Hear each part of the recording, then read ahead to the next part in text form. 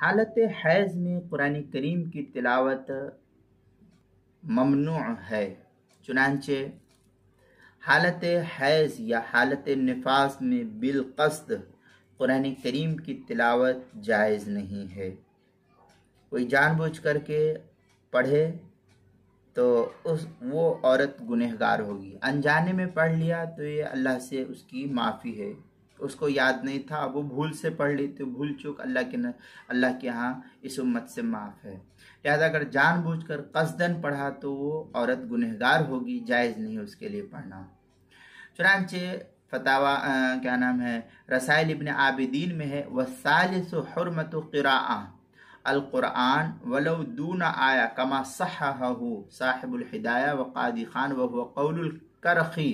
ये मनहलुल वारिदीन, ये फिर रसाइल इब्न आबिदीन की पहली सफ़ा 111 और किताबुल मसाइल उसकी पहली सफ़ा 222 पर इसको नकल किया है, वहाँ भी देख सकते हैं।